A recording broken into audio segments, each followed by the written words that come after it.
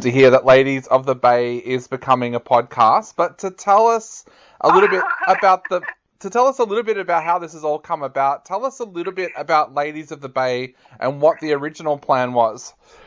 Yeah, okay. So, Ladies of the Bay, we created after Jen interviewed lots and lots of women down around the Warrnambool area about their experiences over summertime growing up in Australia. And so we devised this play, which was supposed to be a play, a theatre show, and we had taken it on tour thanks to La Mama Mobile, and we'd done a sold-out weekend up at the Ash Tree Studios for the Castlemaine Fringe. And then, lovely 2020 happened, and we had a regional tour booked down at Deans Marsh and Camperdown and sort of a couple of weekends down there. And, we just never got to tour. We were about to go on that Friday, and then we went into lockdown. Yeah. And so, we postponed, and we were like, okay, that's fine. We'll come out the other end and, get it done. And then, that just never happened. And it was all just we just didn't know what was going to happen. The restrictions kept getting extended, and, these gorgeous communities had already paid for the show, and we were like, oh my goodness, what are we going to do? So then we thought, well, we'll try and do a broadcast for them. We'll film it somehow, and still get it to them live that way. But then restrictions continued on, and we were like, no, this is too hard. They're going to be waiting too long for this show. So we decided to just cancel it and give everybody a refund. And we thought, this is our option. We can try our hand at something new now and do a podcast. Now, I have to mention Deans Marsh Cottage and Camperdown Community House, because they very generously still supported us. They've still given us, some ticket sales. So have the original audience from the La Mama tour. Here we are, trying our hand at a podcast.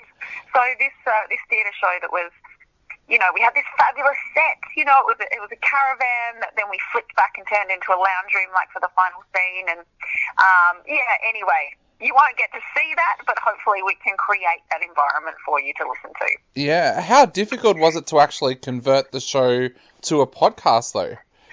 Well, for one, we've never done podcasts before, and two, we can't get to a recording studio because we're all in Melbourne. Yep. Well, Jen's in Warrnambool, but, the other three of us are in Melbourne. So we invested in some good microphones. Then, of course, you need sort of a sound booth kind of thing to record in. So that's been fun. So Jen's been sitting in her cupboard. I know Lisa's been in her walk-in wardrobe. I've set up a two-man tent, which I'm actually sitting in right now, in my spare room, and stuffed it with doonas and covered it with doonas. So that's how that's come about. That's how we've done the recordings, which has been lots of fun. I was going to ask, being in those kinds of places like a two-man tent, does that add to the atmosphere when you're trying to record, or is it a little bit off-putting in a sense? Well, it's kind of weird, yeah. So we're all together, everything's sort of done, as everybody knows, we're all going through the same thing. Things are done a lot by Zoom now. So, here I am sitting in a little tent. And it's a bit of both. It's a bit of both. Yes, I'm in a tent, and, the set originally did have a tent on it, so that helps me out a bit. But, I miss my girls. I miss sitting around, really bouncing off each other as we did, as everybody does, face to face. Yeah. But, we're still doing that through Zoom, and then, of course, we're doing our own sound effects as well, so that's a bit of fun. It's been interesting. Now, I have to ask about the sound effects, because I know back when I was in uni and we did a couple of radio plays, doing the sound effects was the funnest part of doing it. How did you go about doing the sound effects? Okay, so that's been fun for me. So we've all done a few bits and bobs here and there. For me personally, I did lots of chip eating and drink opening and, like popping champagne corks and things like that. So that's been fun for me. All in my little tent, mind you, because obviously I had to keep the sound consistent. So that's been a bit of a laugh. So I'll disappear into the spare room every now and then with, random things to get our sound effects happening. So, what now for the future? Because we're starting to see some of the restrictions let up a little bit. Is it possible that the show might tour next year, or are you really exploring the option now of doing more radio plays as well? Well, yeah, I mean, it is a new medium for us, the Girls That Good. We've never done a podcast before. So I think it might be. Well, definitely. I mean, for me personally, I love having people and humans right in front of me. So, I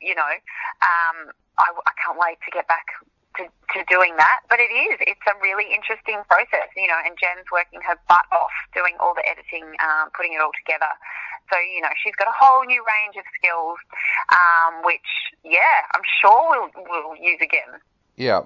And financially, how has this impacted Girls Act Good? Because we've been trying to do a lot on this show about helping people that have gone through a tough time. How has this affected Girls Act Good from a financial aspect as well? Well, yeah, I mean, and that's why we are so thankful for Dean's Marsh and Camperdown, because they very generously still gave us some of our the funding that they originally gave us. They didn't want it back. They were like, thanks, girls. We're really excited to see what you do with the podcast. And, we'll work with them again in the future on different things. So, it's people like that just support the arts and, know that we're doing it tough. We couldn't do it without them. We would be out of pocket if we didn't have those people behind us. And La Mama, obviously.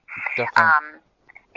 So no, we're good. We're good. Yeah. Is there a way that our listeners can help you out as well, anyway? Oh my goodness. Yes, thank you. I do believe we are, I'm not sure if it's up and running just yet, but I know on our website, I think we are working on getting a little, one of those little virtual tip jars. Awesome. So that, after people have listened and yes, if you'd like to donate, that would be incredible. But, on our website, the Girls Act Good. Awesome. So I guess the big question now is, where can people listen to the podcast? Yeah, so we launched through Buzzsprout yesterday. So episode 1 came out yesterday. And then I know we're definitely on Spotify as well, and there's another couple of channels where, podcasts are found. Yeah, but if you go through Buzzsprout, you can subscribe through there. Awesome. And we'll put a link up as well so that people will be able to jump on and take a listen to this amazing podcast.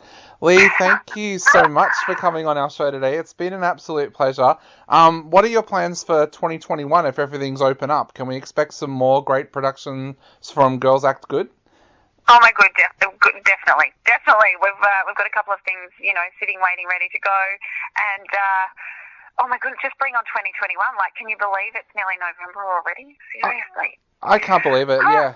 I looked at something I feel like yesterday. we're still in March. Yeah, I looked at something yesterday and realised that I haven't been in the same room as my radio co-host since March. We've been doing our entire year of shows pretty much apart from home, which has been one of the weirdest things I think I've ever gone through. Yeah. Oh, well, I hope you guys can get back in the room too. Just about, can't wait till we can all do that. Definitely. Well, Lee, thank you so much for coming on the show today. Well, our listeners will head out and check out Ladies of the Bay over the weekend, but thank you so much for coming on. Okay, thank you so much. Have a lovely day and a great weekend. You too. Stay safe as well. You too, mate. Thanks. See ya. Bye. Bye.